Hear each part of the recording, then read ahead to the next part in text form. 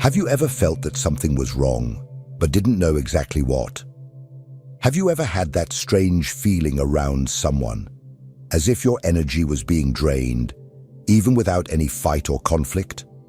You try to be kind, understanding, even generous, but inexplicably, you come out of those interactions more tired, more insecure, more lost. And the scariest part, you keep going back. You keep exposing yourself. You keep pretending you don't notice. And what if I told you that this is not a coincidence? That there are people around you who pretend to support you, but deep down, they hate you? People who can't stand to see your light and therefore do everything, subtly, silently, and strategically, to dim your shine. And worse, they know what they are doing, but you don't. You are so busy trying to keep the peace, being understanding, being evolved, that you don't see the poison dripping from the sweet words. And maybe that's why you keep being surrounded by people who sabotage you. Because there is still something inside you that refuses to see the truth. Something that prefers the illusion of a connection to facing the abyss of emotional betrayal. But enough. Enough of rationalizing aggression, disguised as concern. Enough of accepting emotional crumbs because you are afraid of being alone. This video is not for those who want to feel comfortable. It's for those who are tired of being manipulated by those who should support them. It's for those who want to learn to identify these false faces, understand what they reveal about themselves, and more importantly, discover how to cut this silent cycle of emotional draining. Because in the end, keeping these people in your life is not a sign of kindness. It's a symptom of self-sabotage. If you've ever suspected someone but never had the courage to confirm, if you feel surrounded by people who want you too well, but deep down are hoping for your downfall, then this video is for you. Not to comfort you, but to wake you up. It's easy to think that your enemies are far away. That danger comes from outside. That betrayal announces itself with shouts, arguments, scandals. But the real problem, the most insidious, the hardest to identify, is when the poison comes disguised as affection. When the hug carries invisible thorns. When the compliment is imbued with repressed anger. And the worst, when the one who stabs you smiles while doing it. Carl Jung called this dynamic the projection of the shadow. What does that mean? It means that people who lack the courage to deal with their own dark feelings, envy, frustration, insecurity, desire for control, will project all of that onto you. They will find disguised ways to belittle you, to pull you down, while pretending to support you. It's the colleague who jokes by calling you lucky, but never acknowledges your effort. It's the family member who says you've changed since you started to grow, using that argument to make you feel guilty for evolving. It's the friend who supports you up to a point, until the point where your success starts to highlight their failure. These people will not attack you directly. They know they can't. So they adopt the more subtle and dangerous strategy. They pretend to love you. And that's when you start to doubt yourself. You begin to wonder if you're exaggerating, if you're being paranoid, if you're seeing things that aren't there. But you are, in fact, seeing. You just don't want to admit it. Because admitting means accepting that someone close to you, someone you trusted, could be your emotional saboteur. And here comes the cruelest blow. These people are often the first to position themselves as victims. When you try to distance yourself, they say you're cold, ungrateful, distant. They flip the script. They make you feel like the villain for trying to protect your own sanity. This is not affection. This is disguised control. This is emotional vampirism camouflaged as empathy. But why do you allow this? Why do you tolerate this emotional theater? Perhaps because there is something in you that needs it. A part that feels comfortable in the familiarity of pain. And that is exactly what we will explore next. In the next part, we will turn the mirror and look with brutal honesty. What does this type of person reveal about you? And why, unconsciously, do you keep them close?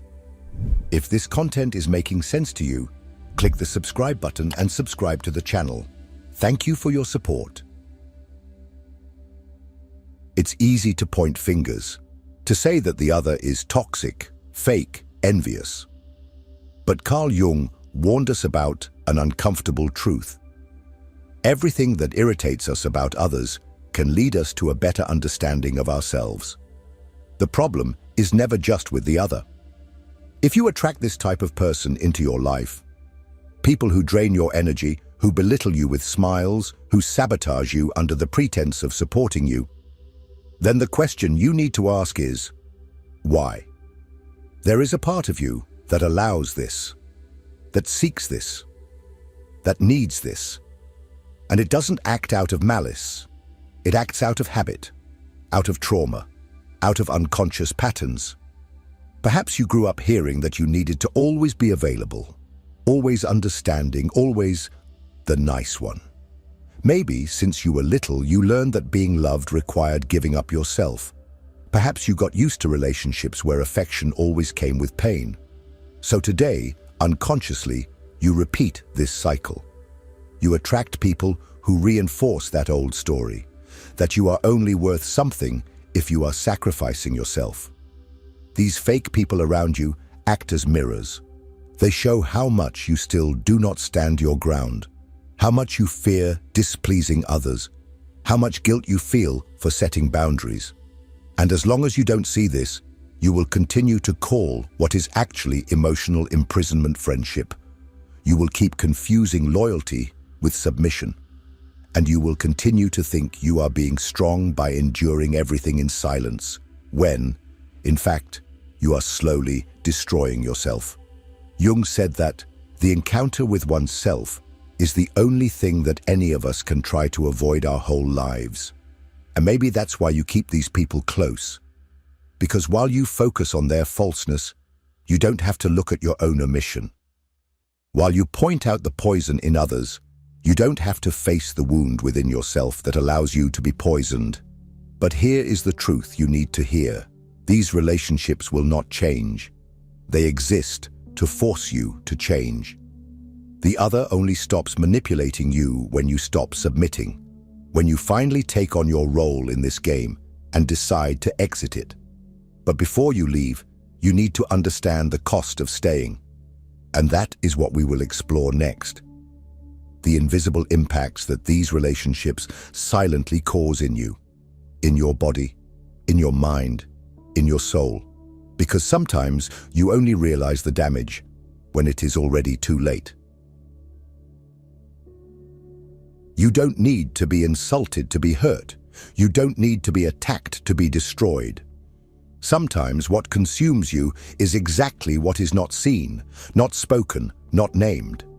Emotional draining does not scream. It whispers. It seeps into the subtext of conversations, in the weight of a gaze that judges you in silence, in the constant presence of someone who seems to love you, but who deep down wants you to be smaller. And that's where the danger lies. These people who subtly sabotage you will not take anything from you all at once. They will gradually undermine your strength. First, they make you doubt a choice. Then, they question your confidence. And over time, you start to think twice before expressing yourself, to censor yourself, to mold yourself so as not to disturb. And then, one day, you wake up feeling empty, tired without having done anything, sad for no reason, anxious without cause, because your energy is already gone, and you didn't even see when that happened. This type of draining affects your mind, your body, and your perception of yourself.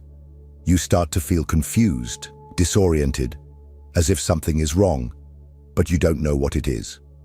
You begin to compare yourself to others, to think that you are becoming weak, too sensitive, dramatic.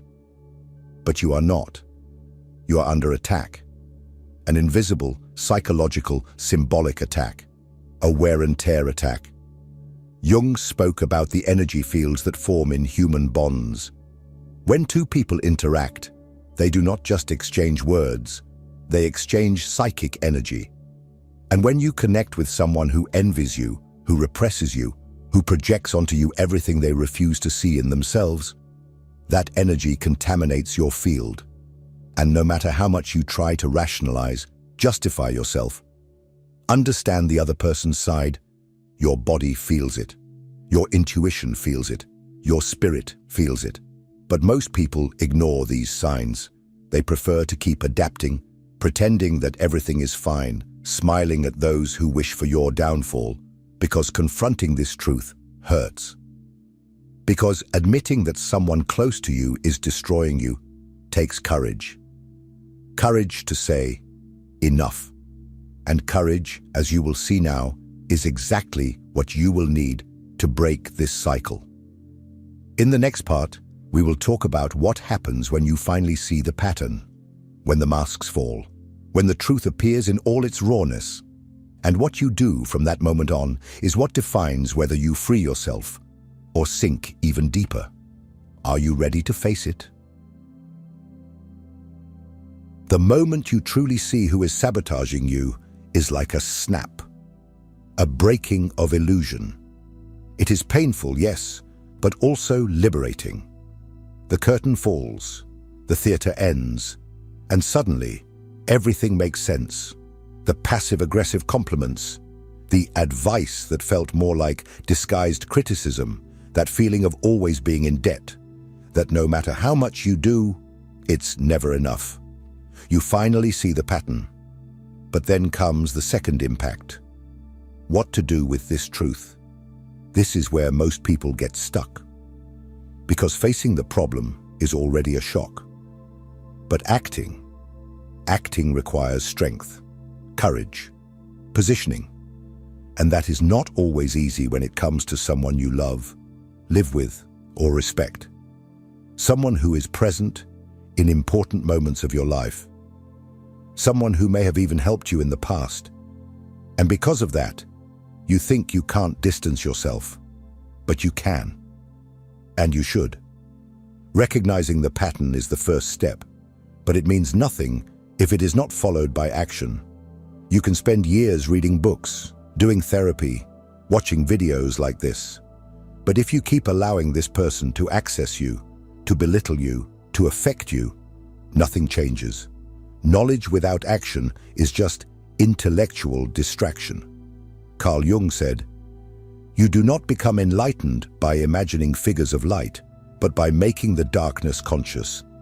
This means that recognizing toxicity is not enough. You need to act on it. You need to set boundaries, and you need to be ready for the reactions. Because when you start to distance yourself, these people will not accept it easily. They will accuse you of ingratitude. They will flip the blame. They will say you are exaggerating, that you have changed, that you are cold. They know they are losing control over you, and they will fight to keep it. And that is where the real test lies. Will you give in to guilt, to emotional manipulation, or will you stand by your choice until the end? Will you go back to the cycle because you're afraid of seeming too harsh? Or will you, for the first time, protect your energy as if you were protecting your own life? Yes, it is difficult. It will hurt. But failing to take a stand hurts even more. Because as long as you do not break this pattern, you keep spinning in circles, reliving the same pains with new faces. In the next part, I will show you how to cut this cycle definitively, how to distance yourself without guilt, how to regain your strength without falling into the emotional game of those who need you to remain weak. It is time to learn to protect yourself, not out of revenge, but for self-love. If what you're hearing resonates with you, you'll find real value in my ebook, Beyond the Shadow. It breaks down Jung's core ideas and gives you tools to understand yourself more deeply. Link is in the pinned comment. Breaking up with someone who hurts you is one of the hardest decisions you will make. Not because you still believe that this person will change, but because, deep down, you have been conditioned to believe that distancing yourself is synonymous with weakness, selfishness, or ingratitude. That forgiving is always noble, that enduring is a sign of maturity. But here's a truth that no one tells you. Enduring the unbearable does not make you evolved. It makes you an accomplice to your own destruction. Distancing yourself is not weakness. It is self-preservation. It is understanding that not every bond deserves to be maintained, that there are ties that are not bridges, they are chains, that some relationships are not spaces for growth, they are emotional traps that keep you stagnant, and you owe nothing to those who consume you. Loyalty is not servitude. Love is not unilateral sacrifice. Carl Jung said that we heal to the extent that we stop resisting our own process of individuation. And this process of becoming who you really are requires breakups. It requires you to undo the silent pacts you have with people who wish to keep you small. That you abandon the fear of seeming cold and start protecting your energy with the same intensity that you protect those you love. Because you need, finally, to include yourself in that equation. But how to do this in practice? Start with emotional distancing. Stop justifying yourself. Stop trying to fix the relationship. This person knows what they are doing. They just didn't expect you to realize one day. And when you stop reacting, stop explaining, stop trying to maintain the connection, their game loses power. Silence in these cases is more powerful than any speech. Then, establish clear boundaries. It may be that you cannot cut contact immediately. Perhaps this person is part of your family, professional, or social circle. That's okay.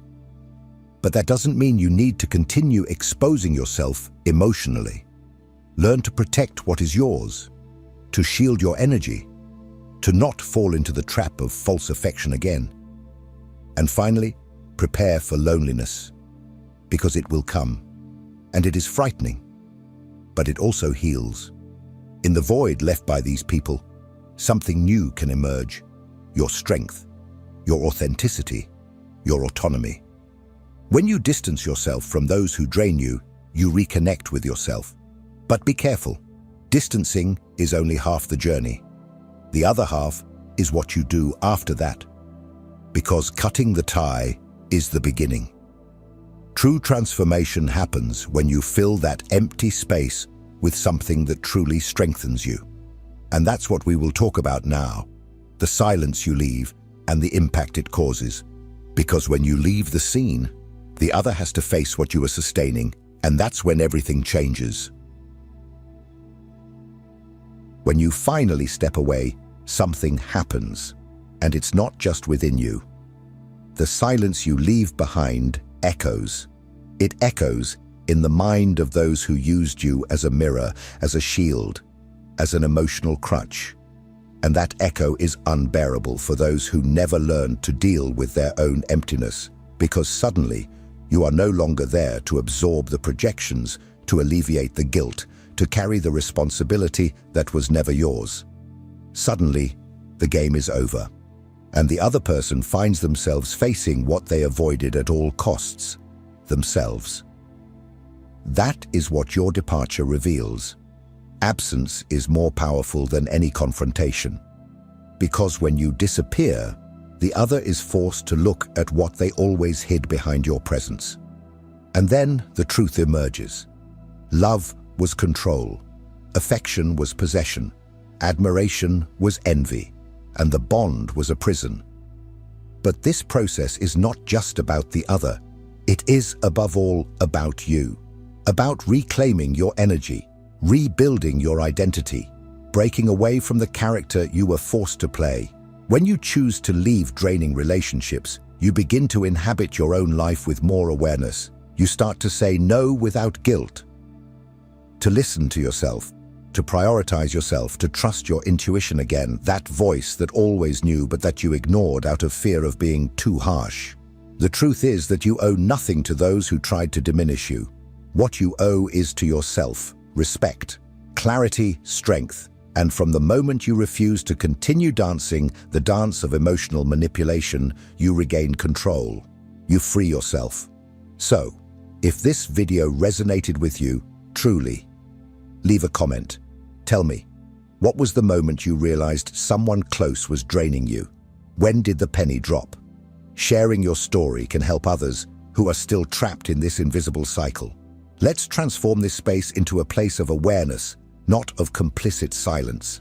And if this resonated within you, don't stop here. The next video is important, very important. Keep watching. Because the process of liberation has started now, but it is far from over, and you deserve to see it through to the end. Subscribe to the channel, turn on notifications, and remember, stepping out of your comfort zone may hurt, but staying in it costs you your soul. Choose the discomfort of truth. Choose your freedom. See you in the next video.